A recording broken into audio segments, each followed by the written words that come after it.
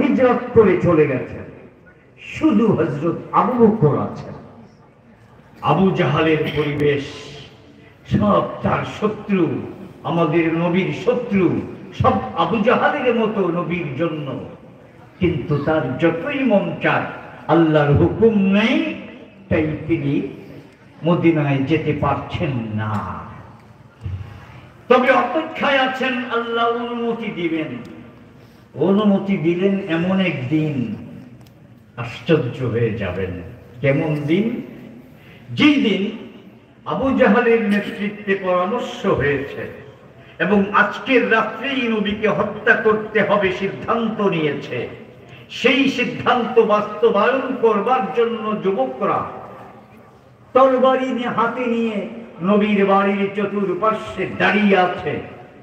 এই সময় আল্লাহ পাক অনুমতি দিলেন, ও নবী, এখন আর মক্কায় থাকা যাবে না, এখন মদিনার দিকে রওনা হন। দেখুন কেমন অবস্থায় অনুমতি হলো।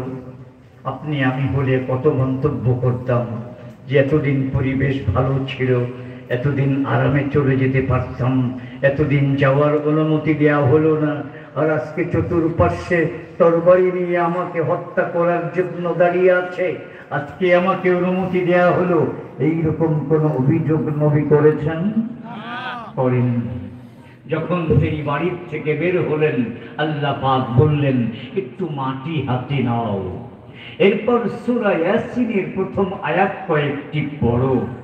সেই আয়াতের শেষ ছিল, ওয়াজআলনা মিন বাইনি আইদিহিম সাদ্দা ওয়া মিন খালফিহিম সাদ্দা ফাগশাইনাহুম ফাহুম লা ইউবসিরুন। এতটুকু পড়ে ফু দিলেন। এরপর সেটাকে নিক্ষেপ করলেন। আল্লাহ বললেন, ওমা রামাইতা ইয রামাইতা ওয়ালাকিন্নাল্লাহা রামা। হে নবী, হাত আপনার ছিল, কিন্তু নিক্ষেপ আপনি করেননি, আমি আল্লাহ স্বয়ং ওই ধুলোবালিগুলো নিক্ষেপ করেছিলাম। এই জন্য সেই ধুলোবালি প্রত্যেকটা কাফেরের চোখের মধ্যে গিয়ে ঢুকে পড়েছিল। আল্লাহু আকবার, আল্লাহু আকবার। তারা চোখ জ্বলছে, এই ফাঁকে নবী বের হয়ে চলে গেছেন। বলুন সুবহানাল্লাহ। আল্লাহর উপর যদি কেউ ঈমান রাখে, তাহলে আপনাকে হত্যা করতে আসবে, তাদের চোখকে ফাঁকি দিয়ে আল্লাহ আপনাকে উদ্ধার করবে। তারা আপনাকে কিছুই করতে পারবে না। জোরে বলুন ঠিক না বেঠিক? তাহলে এই দুনিয়ায় সবচেয়ে বড় সম্পদ কি? ঈমান। এর চেয়ে বড় কোনো সম্পদ নয়। এখানে যেমন ঈমানের একটা পরিচয় পেলেন, ৩ নাম্বার আরেকটা পরিচয়। এখান থেকে বের হয়ে নবী চলে গেলেন গারে। কোথায়? গারে সূর। সেখানে তিনি আত্মগোপন করেছেন। এদিকে আবু জাহাল ঘোষণা করে দিয়েছে, মুহাম্মাদের মাথা যে এনে দিতে পারবে তাকে ১০০ উট পুরস্কার দেয়া হবে। পুরস্কার লোভী মক্কার যুবকেরা চতুর্দিকে ছড়িয়ে পড়েছে নবীকে যে কোনো মূল্যে খুঁজে বের করে আনার জন্য। নবী যেই গুহার ভিতরে ছিলেন হযরত আবু বকরকে নিয়ে, সেই গুহার উপরেও ৫-৭ জন গিয়ে পৌঁছে গেছে।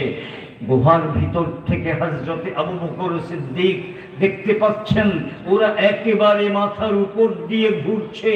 এটা দেখে হযরত আবু বকর, তিনি ছিলেন নবীর প্রেমিক, তার নিজের জন্য কোনো দুশ্চিন্তা ছিল না, তার দুশ্চিন্তা ছিল নবীকে নিয়ে।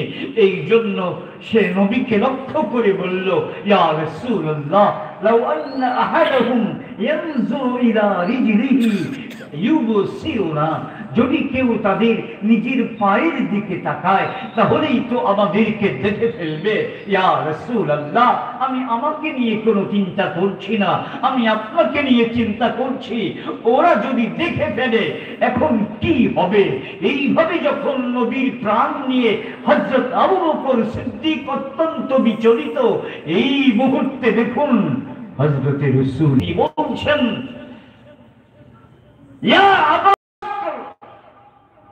মা তাযুন্নু বিসনাইন আল্লাহু সালিসুহুমা।